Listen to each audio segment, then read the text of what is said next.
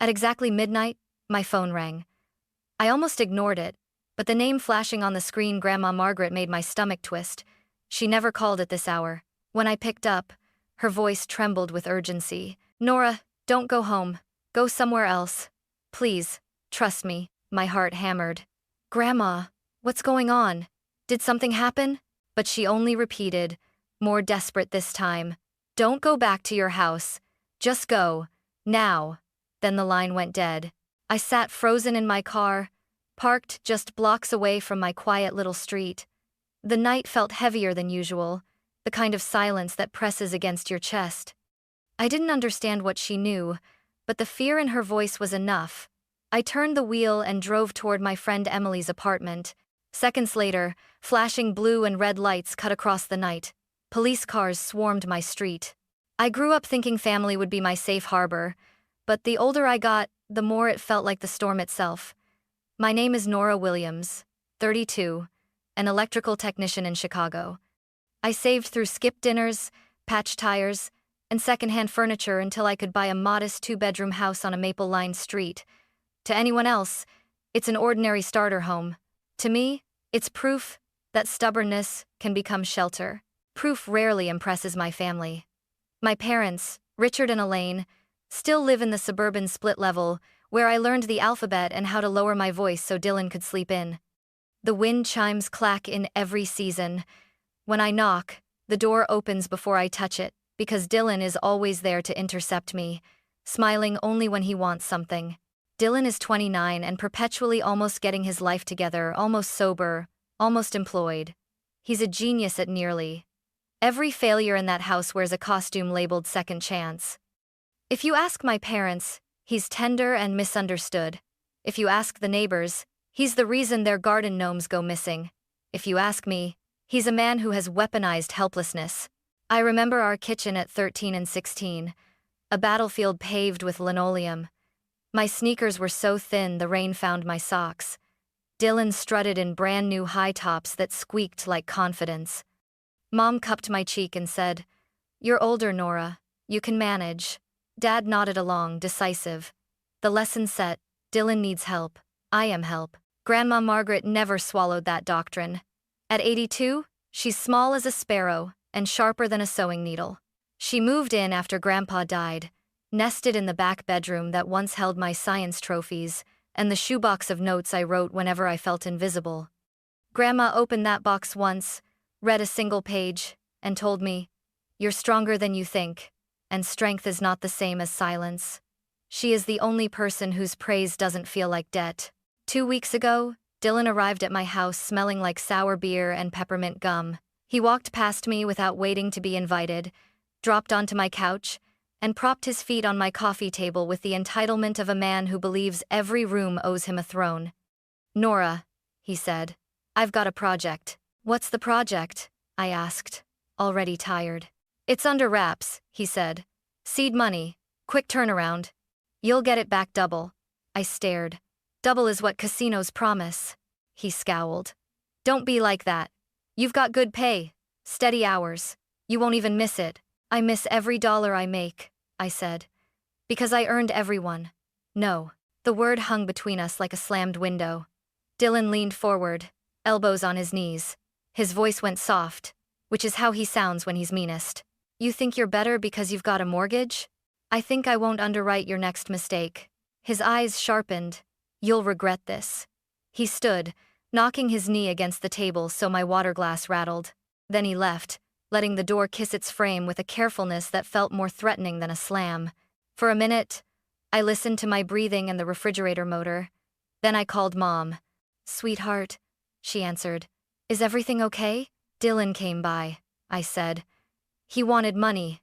I said no. "He threatened me." Mom sighed the sigh. "That means we'll pretend this is manageable." "He didn't threaten you. He vents. He's frustrated. You know how sensitive he is. Sensitive people don't leave bruises on walls and people." "Don't be dramatic, Nora." Her voice softened. "He's your brother. He needs support. If we don't give it, who will?" "He's 29. "Exactly," she said. "Still young." I looked at my hands, the crescent of grease under my thumbnail from a panel I'd wired that afternoon. "I'm tired," I said. Tired of being sturdy so he doesn't have to be. Don't talk like that, she murmured. You know your father hates negativity. After we hung up, Dad called. He skips tenderness and goes straight to policy. Nora, he said, don't escalate. Family comes first. Dylan is struggling. If you can help, you help. What does family give me back? I asked. Silence then. Respect. You get the respect of knowing you did the right thing. I'd like the respect of not being used. Nora. Just my name, heavy as a warning. Then the click. That night I lay flat on my bed and watched the fan turn shadows into blades. I counted what I had given up since childhood. Time, wages, shoes, weekends, apologies. Strength is not the same as silence, Grandma had said. The difference felt like a locked door with a key I'd been carrying in my mouth for years. The next afternoon at work, my friend Emily leaned against my station with 2 coffees. You look like you argued with a lawnmower, she said. Need an alibi?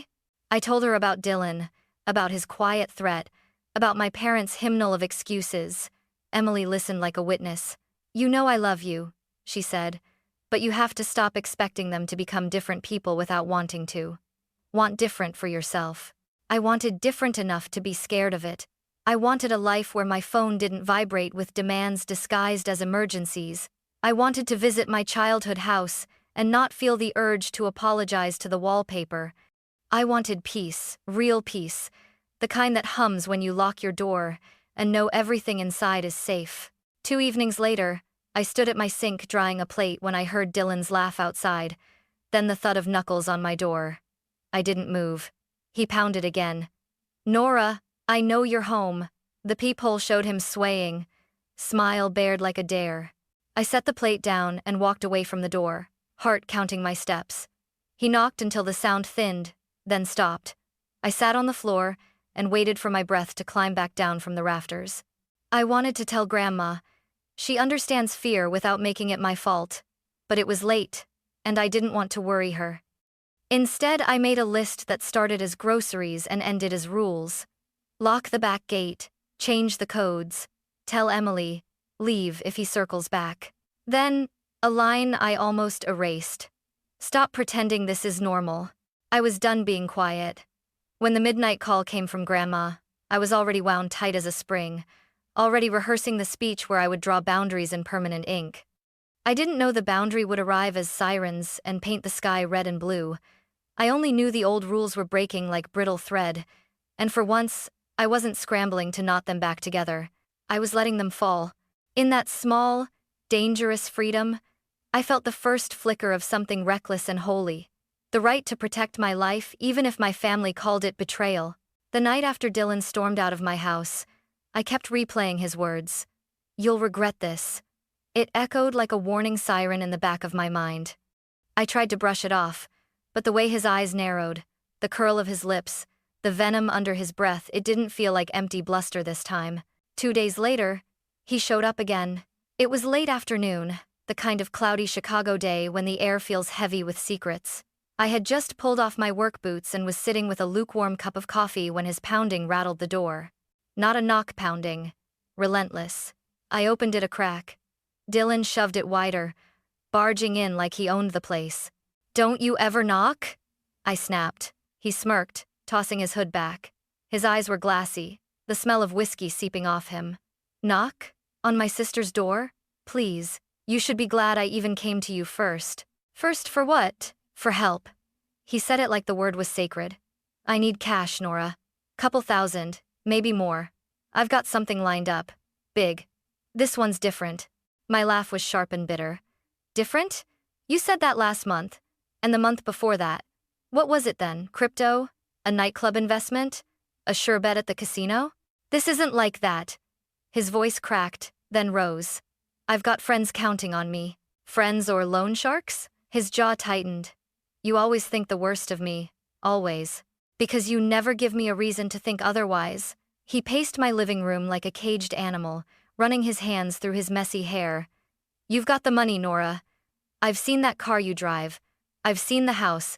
Don't pretend you can't spare it. My stomach burned with anger. Do you have any idea what it took to buy this house? Every dollar, Every hour I worked overtime. Every night I came home so tired I could barely stand. And you want me to hand it over because you've got a project? He stopped pacing and faced me, his voice dropping low. You owe me. The words hit like a slap. Excuse me? You heard me. All those years, you played perfect daughter, perfect student, while I was the screw-up. You think you did it all alone? You think mom and dad didn't sacrifice for you? His eyes gleamed with something cruel. They gave you everything, Nora. And I got scraps.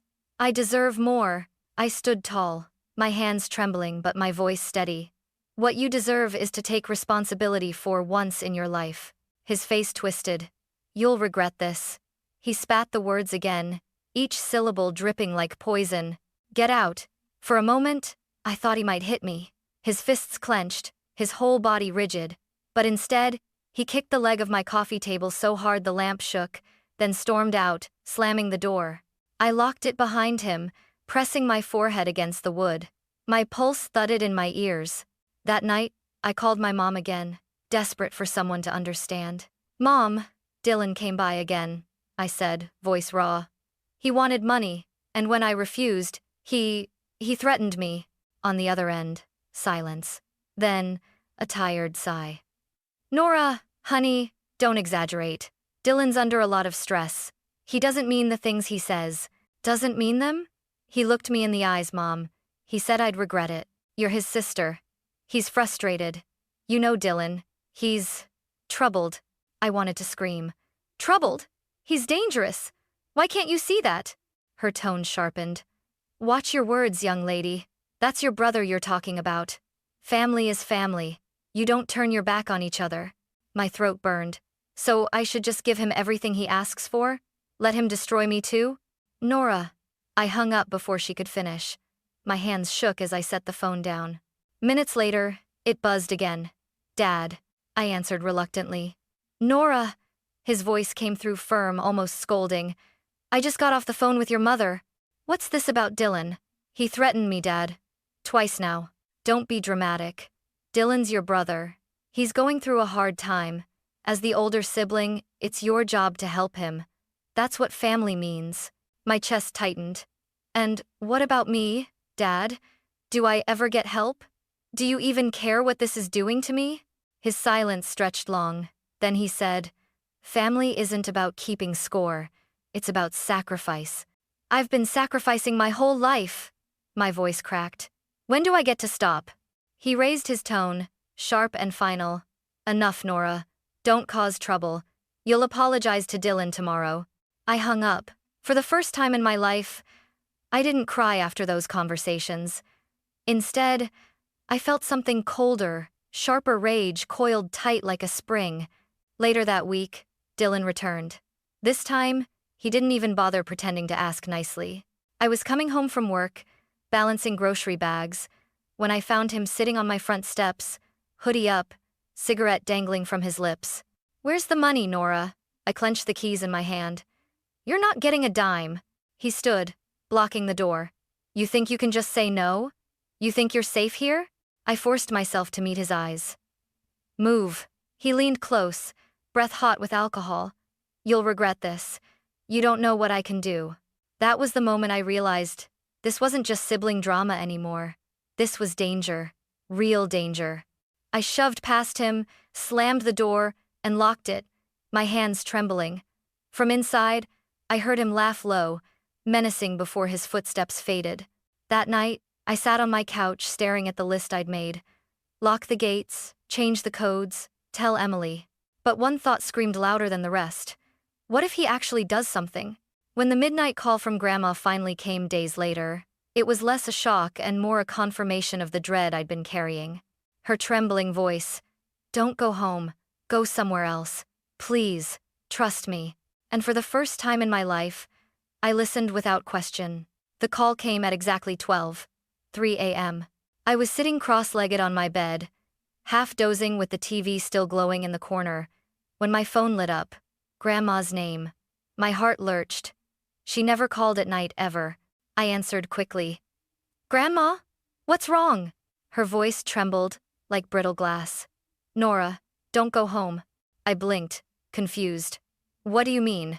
I'm already home. Then leave. Now. Go somewhere else. Please trust me. I sat up straighter. What's going on? Did something happen? Silence. Then a shaky breath. Just go, sweetheart. Don't ask questions. Don't argue. If you stay, you'll regret it. And then the line went dead. I stared at the phone in my hand, my pulse drumming in my ears. Grandma wasn't the type to exaggerate. If she said it was dangerous, it meant something was terribly wrong. I jumped off the bed, grabbed my hoodie, purse, and car keys. The house was dark except for the faint streetlight bleeding through the blinds. Every shadow seemed sharper, more threatening. I hesitated at the front door, heart hammering. What if Dylan was out there? I forced myself to step outside. The cold Chicago night slapped me awake. I dialed my best friend. Emily, are you awake? Her groggy voice answered. Nora? It's midnight. What's going on? Can I come over? Please. I'll explain later. Just, can I? She didn't hesitate. Of course. Doors unlocked. I sped through the empty streets, headlights carving tunnels in the dark. My mind spun with questions. Why did Grandma know something? Did Dylan say something to her? Was he planning something tonight? I tried to push the thoughts down, but fear gnawed at me. When I pulled up at Emily's apartment, she was already at the door in her pajamas, hair tied in a messy bun. She frowned. Nora, you look like you saw a ghost. I might have. My voice cracked. Grandma just called. She told me not to stay home tonight. Emily's eyes widened. Did she say why? I shook my head. She just begged me to leave. And I listened. Emily hugged me tight. You did the right thing. Come inside. I sat on her couch, trying to steady my breathing. The small apartment smelled faintly of coffee and lavender candles. Safe. Emily handed me a glass of water. Do you think this has something to do with Dylan? The name alone made my stomach clench. Who else could it be? He's been getting worse, Em. Threatening me, showing up drunk, talking like I owe him everything. She sat beside me. And your parents? I laughed bitterly. Still protecting him.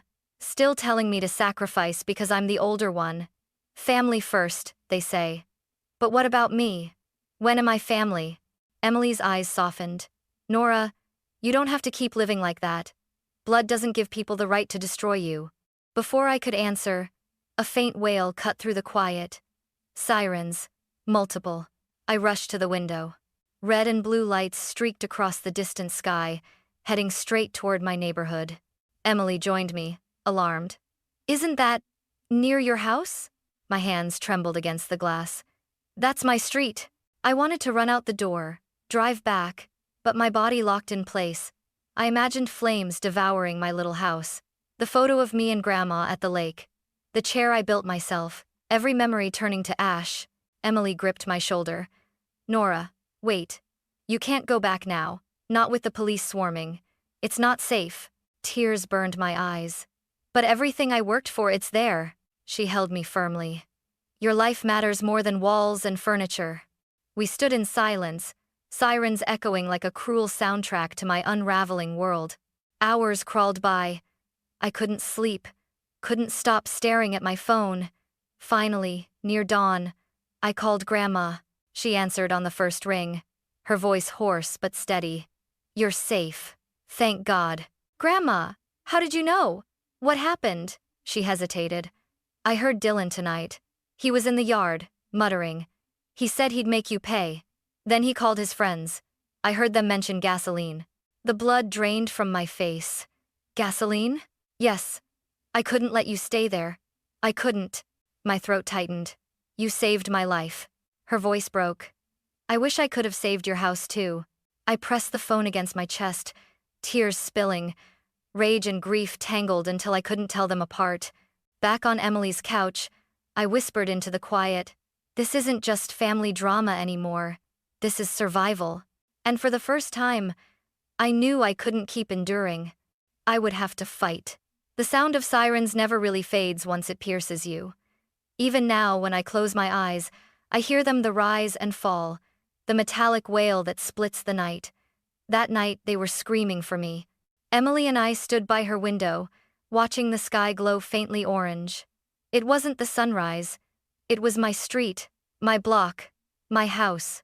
I pressed my phone to my ear, dialing frantically neighbors, co-workers, anyone who might confirm what my eyes refused to believe. No one answered. Only the sirens, closer and closer. Finally, I grabbed my jacket. I have to go. Emily blocked the door. Nora, are you insane?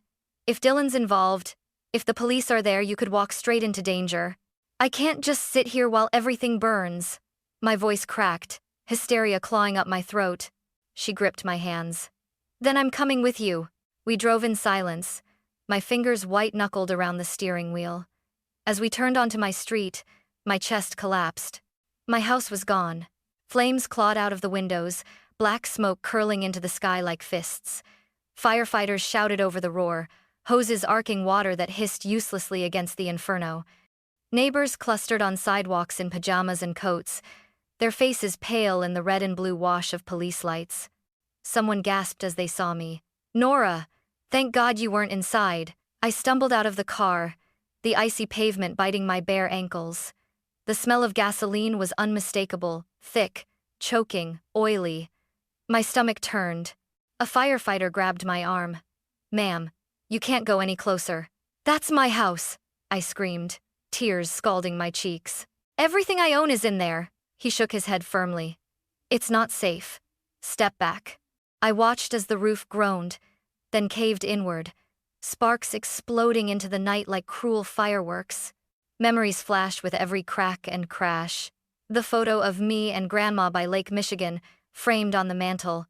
The wooden chair I built piece by piece after finishing trade school. The box of letters I never mailed, dreams, confessions, fragments of myself. All of it, eaten alive by flames. A man in a reflective jacket approached me, flipping open a notebook. His face was streaked with soot, but his eyes were sharp. You're the homeowner? I nodded numbly. Yes, Nora Williams. Did you leave any appliances on? Candles? Anything that could have sparked this? I shook my head violently. No, I wasn't even home tonight. Why not? His pen hovered, waiting. I hesitated. Do I tell him? Do I throw Dylan's name into the fire without proof? My grandmother called me, I said finally, voice trembling. She told me not to go home. She said it wasn't safe. His brow furrowed. She warned you? Did she say why? I bit my lip. No, just that I had to leave. He scribbled something, then looked up. The smell of gasoline is strong. This wasn't an accident. If you remember anything, anyone who might hold a grudge, you need to tell us. My heart screamed Dylan, but my mouth stayed shut. I don't know. Across the street, Mrs. Carter, my elderly neighbor, shuffled toward me with watery eyes. She grabbed my hand. I saw shadows, Nora. Heard voices. Then smoke so fast. I called 911, but the fire spread like it was waiting. Her words stabbed deeper. Waiting. Planned. I clutched her trembling hand. Thank you, Mrs. Carter. You probably saved lives tonight. She shook her head. I'm just sorry you lost everything, dear.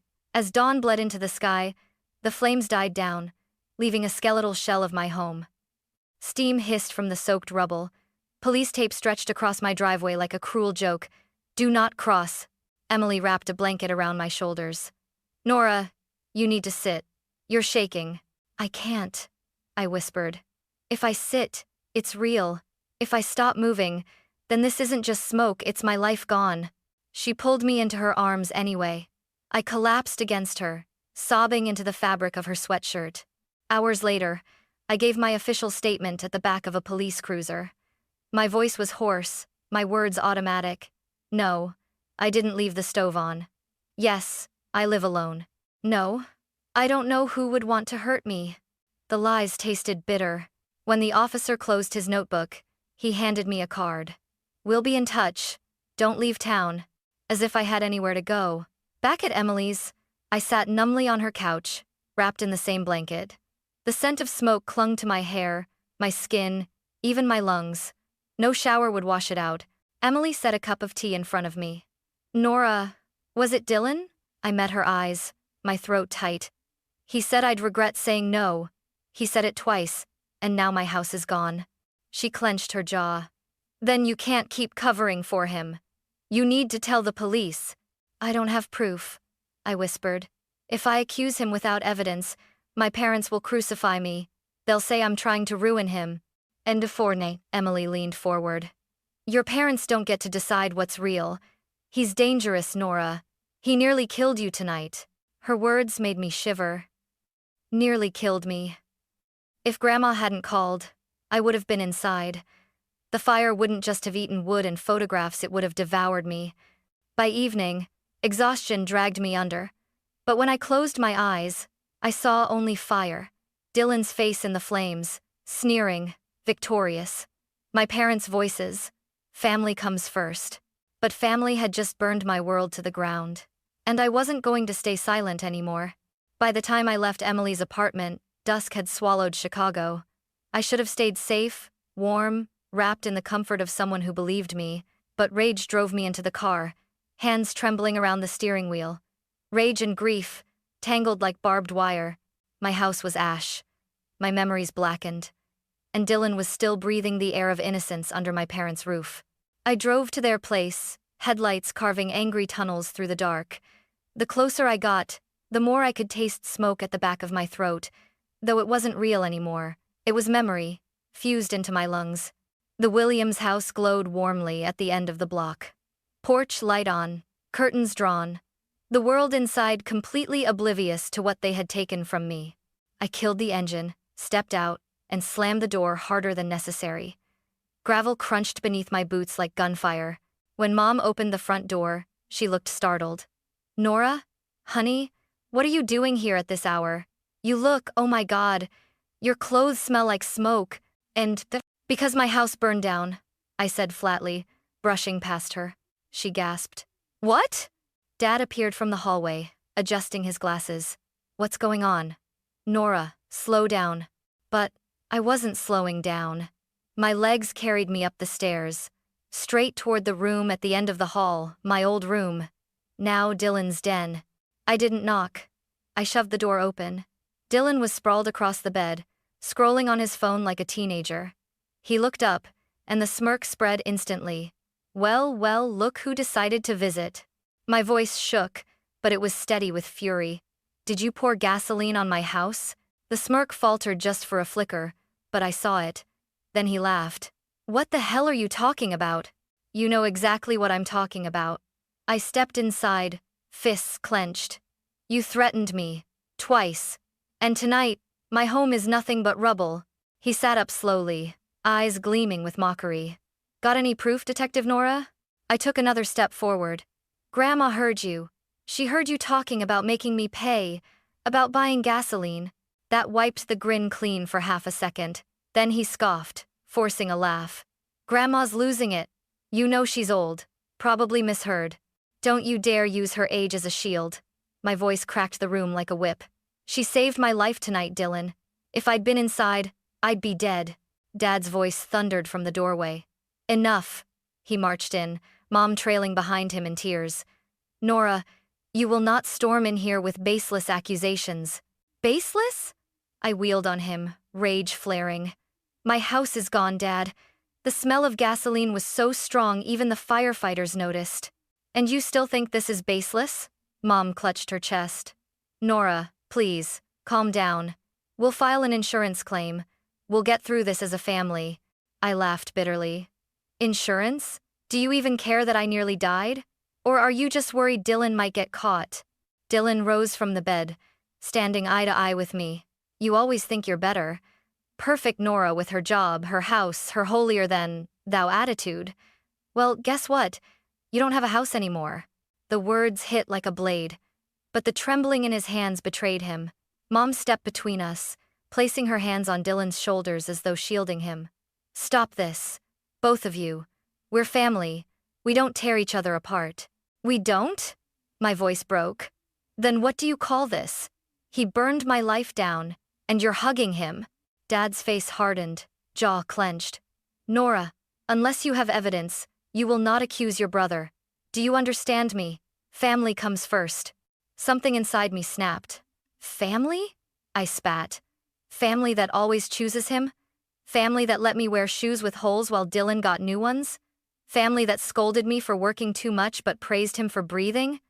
Family that tells me to sacrifice and smile while he gambles away every dollar you give him? The room fell silent. Mom's lips trembled. Dad's eyes narrowed. But for the first time, they wavered. Dylan sneered, but sweat dotted his temple. "You're insane," he muttered. "You're just jealous because they love me more." Jealous? I stepped closer, voice sharp as glass. "I was never jealous of you, Dylan. I pitied you. And tonight, I realized pity is wasted on arsonists." He lunged, finger stabbing the air inches from my face. "You can't prove anything. You'll always be the bitter sister with nothing." I held his gaze. "I may have nothing right now, but at least I didn't destroy it myself." Mom burst into sobs, covering her face. "Why are you doing this? Why can't you both just stop?" I turned to her, tears streaming hot down my cheeks. "Because I can't keep living as the family scapegoat while you protect the criminal in this room. I'm done being silent." Grandma's door creaked open at the far end of the hall. She sat in her wheelchair, frail but steady, her eyes fierce. "Nora's telling the truth." The hallway froze. Dad's face went pale. "Mother," she cut him off, voice trembling but strong. "I heard Dylan. I heard him curse Nora's name. I heard him talk about gasoline, and I prayed she wouldn't be home. That's why I called her. She's alive because I did." Dylan's eyes widened, then narrowed into slits. "You old witch. Don't you dare!" I shouted, stepping in front of her. "Don't you dare speak to her like that." Grandma reached out, gripping my hand. "You're not alone, Nora. Not anymore." For the first time, the balance shifted. Dad's glare faltered. Mom's sobs quieted into horror. Dylan's mask cracked, panic leaking through. And I stood taller, fire in my veins that no gasoline could ignite. After that night at my parents' house, I didn't sleep. The confrontation kept replaying like a broken reel, my father's thunderous command, my mother's tears, Dylan's sneer, Grandma's fragile but fearless voice cutting through the lies. For the first time, someone had spoken the truth out loud. Grandma had confirmed what I already knew, but would anyone else listen? By morning, I knew one thing. I couldn't fight this battle alone. Emily was the first person I turned to. She opened her apartment door still in pajamas, clutching a mug of coffee. "You look like hell, Nora." "I feel worse," I admitted, stepping inside. "It's Dylan. It's everything. I can't keep waiting for the police to do their job. I need proof. Real proof." Emily set down her mug. "Then we'll get it. I know someone." I frowned. "Who?" "A private investigator. His name's Victor Ramirez. He helped my cousin in a theft case last year. If anyone can dig up dirt on Dylan, it's him." The name sounded foreign on my tongue, but it sparked the first flicker of hope I'd felt since the fire. That afternoon, Emily arranged a meeting. We sat in a corner booth of a quiet diner on the south side. Victor arrived precisely at noon, tall, lean, mid-40s, with a weathered leather jacket and eyes that scanned everything like he was filing it away for later. He slid into the booth. "Emily tells me you've got a family problem. Let's hear it." I swallowed hard. "My house was burned down. I believe my brother set the fire. My grandmother overheard him talking about gasoline. But I don't have hard evidence. The police..." My throat tightened. "They'll bury it if I can't prove it." Victor didn't flinch. He just nodded slowly. "Gasoline. Threats. A witness. It's enough to start. Do you know his habits? Where he hangs out? Anyone he calls friends?" I exhaled. "Bars. Poker games. People who don't ask questions. He drives a beat-up silver Honda with a cracked taillight." Victor jotted notes in a small pad. "I'll check gas station cameras, talk to neighbors, dig into his movements the night of the fire. Give me a few days." "Thank you," I whispered, surprised by how much lighter I felt, just saying the words. He slid a card across the table. "Keep your phone on, and Nora, don't confront him again without backup. You're playing with fire." I almost laughed at the irony. The next step was legal. Emily insisted I see a lawyer, someone who could advise me before things spiraled further. That evening, I sat in the modest office of Angela Whitmore, a sharp-eyed woman with silver-streaked hair pulled into a bun. Her desk was neat, but her tone was brisk. "So," Angela said, leaning back in her chair, "you suspect arson by a family member. You have a witness, but no tangible proof yet, correct?" I nodded. She tapped her pen. "Here's the reality. Without evidence, the police may label this as an accident. Insurance will fight you if arson is suspected, but unproven. If you want justice and protection, you need hard evidence. Witness statements, video footage, receipts, anything." My chest tightened. "That's why I hired a private investigator." "Good," Angela said crisply. "Once you have that, I can push for charges. But be careful. If your brother feels cornered, he could lash out. I recommend you stay somewhere safe for now." Emily placed a hand on my arm. "She's staying with me." Angela gave a curt nod. "Good. Nora, you're not alone in this anymore. Remember that." And her words sank deep, like a seed finally finding soil.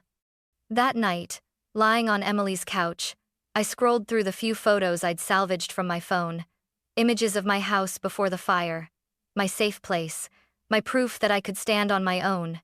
Now all I had left were digital ghosts. But for the first time since the flames, I felt something other than grief. I felt resolve. I whispered into the dark, "You won't win, Dylan.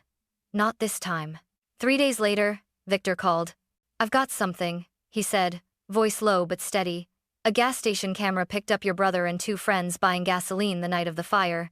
Same silver Honda with the cracked taillight.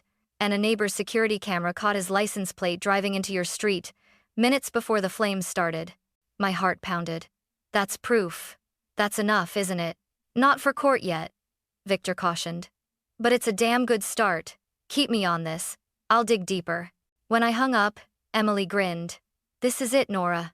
The beginning of the end for him." I allowed myself a small, shaky smile. For the first time in years, I believed that. But hope carried its own weight.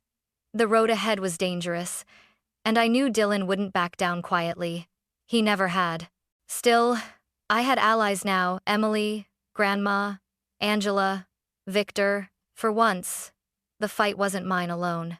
And for the first time in my life, I wasn't just surviving, I was preparing.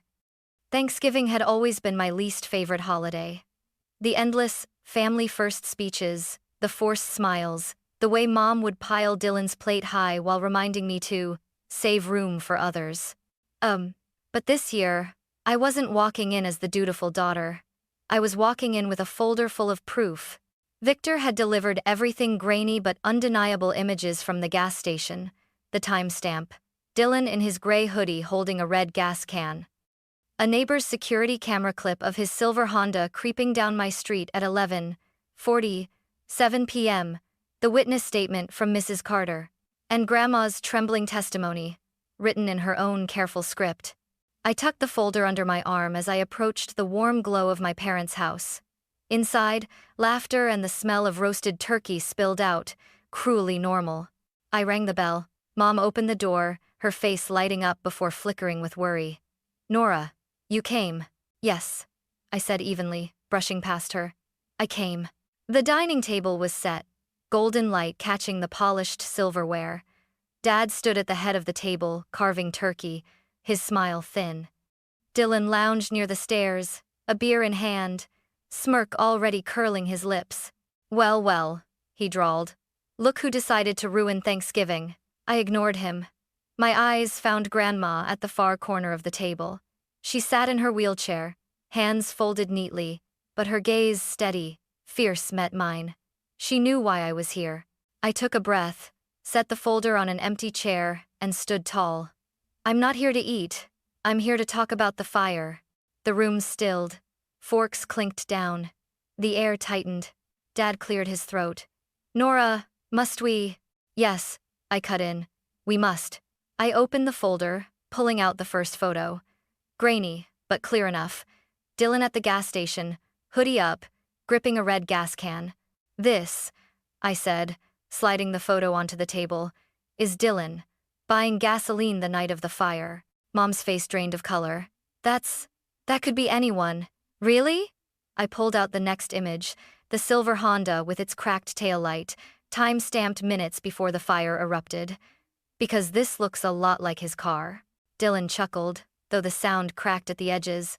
Photos? That's your big smoking gun? Here's a sworn statement from Mrs. Carter, I continued, laying down the paper. She saw your car drive into the neighborhood. She smelled gasoline. I slapped the final sheet on the table. Grandma's testimony, shaky handwriting but unwavering.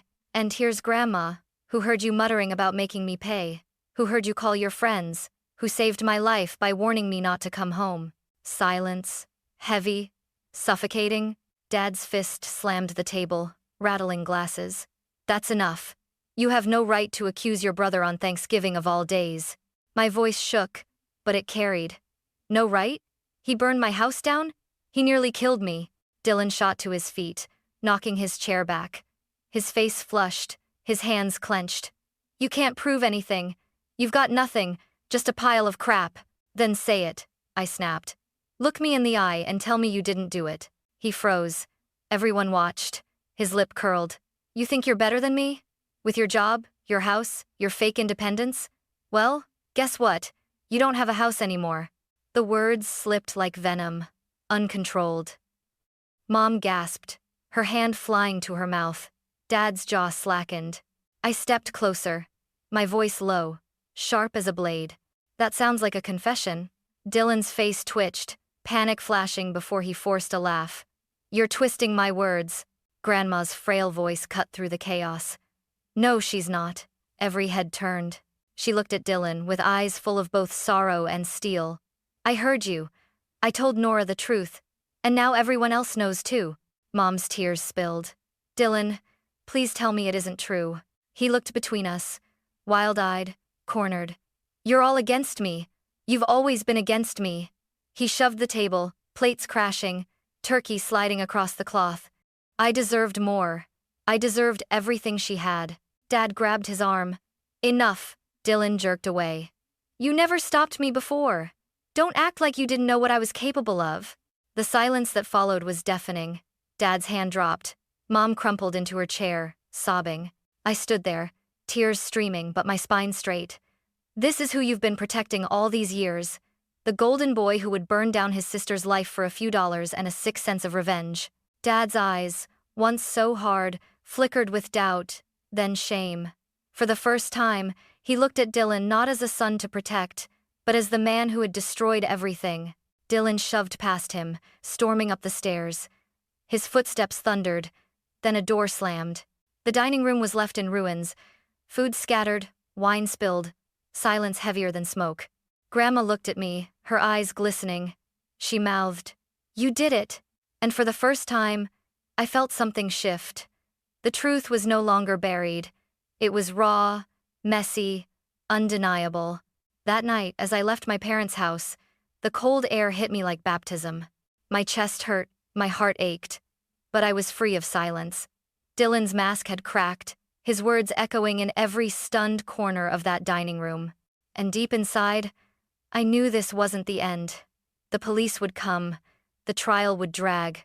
My parents might never forgive me. But the truth was out, and no fire could burn it away. The morning after Thanksgiving, the neighborhood buzzed with whispers. News of the confrontation had spread faster than the smoke from my burned-down house. Neighbors who once admired my parents now muttered behind closed doors. They protected Dylan too long, and look what happened. My phone rang before noon. Victor's calm voice came through. The police want to reopen the case. Your brother's little outburst last night? Combined with the footage and statements, it's enough to push them forward. Relief and fear collided inside me. So this is real. They're actually investigating him? Yes, Victor said firmly. They've called him in for questioning. And, Nora, you need to be prepared. Trials drag, families fracture, but justice is finally moving. I thanked him, my voice shaking. After we hung up, I sat for a long time staring at the charred fragment of wood I had salvaged from my house. My old life was gone, but maybe something new could rise from these ashes. That afternoon, Mom texted me. Please come home. We need to talk. I didn't reply. Minutes later, another message. He's still your brother. Family can heal. My chest clenched. Then the third text arrived. This one from Dad. You've gone too far. You've humiliated us. Come fix this. I stared at the screen until the words blurred. Then, I deleted the thread. For the first time, I chose silence, not as surrender, but as refusal. I wasn't going back. Instead, I drove to Grandma's. She was waiting in her small, lavender-scented room, her hands folded neatly in her lap. When she saw me, her eyes lit with quiet pride. "You did it, Nora," she whispered, pulling me into a fragile hug. "You spoke the truth when everyone else was afraid." Tears pricked my eyes. "But it cost me everything." Her thin fingers pressed mine. "Not everything. You still have yourself. And you have me." I broke down then, sobbing into her shoulder like I had as a child. For the first time in years, I didn't feel alone. Weeks passed. Dylan was officially charged with property destruction and arson. The evidence Victor gathered became the backbone of the case. His cocky swagger disappeared when he showed up in court, pale and twitching. My parents sat behind him, avoiding my eyes. Mom's cheeks were streaked with tears. Dad's shoulders slumped as though the weight of denial had finally broken him. They never spoke to me in the courtroom. Not once. Emily squeezed my hand through every session. "You're stronger than you think," she whispered each time. And I believed her. By January, I signed a lease for a small townhouse on the edge of the city. It wasn't much: bare white walls, squeaky floors, a tiny kitchen, but it was mine. I furnished it with secondhand chairs and a thrift store rug, piecing it together like a mosaic. One evening, as I arranged a photo of me and Grandma on the mantel, I realized something. This house wasn't just shelter. It was a beginning. I stood back, exhaled, and whispered, "Home." Life didn't magically heal. Some nights I still woke gasping, the phantom smell of gasoline burning my throat. Sometimes I drove past my old street, staring at the blackened lot where my house once stood, heart twisting. But I was no longer stuck in silence. I had friends who checked on me, coworkers who invited me out, a lawyer who still texted updates, a grandmother who never stopped believing in me. Family, I realized, wasn't always blood. Family was whoever stayed when the flames rose. One cold February night, I sat at my kitchen table with a steaming cup of tea. Snow fell gently outside, blanketing the city in quiet. My phone buzzed another message from Mom. "Nora, please, we miss you. Come home." I looked at it for a long time. Then I powered the phone off. I wasn't going back to the place where truth was buried under favoritism. I wasn't going back to play scapegoat. This time, I was choosing myself. As I climbed into bed, Grandma's words echoed in my mind. "Strength is not the same as silence." I smiled into the dark. The flames had taken my house, my memories, my illusions, but they had also burned away my chains. And what was left me, raw but unbroken, was finally free.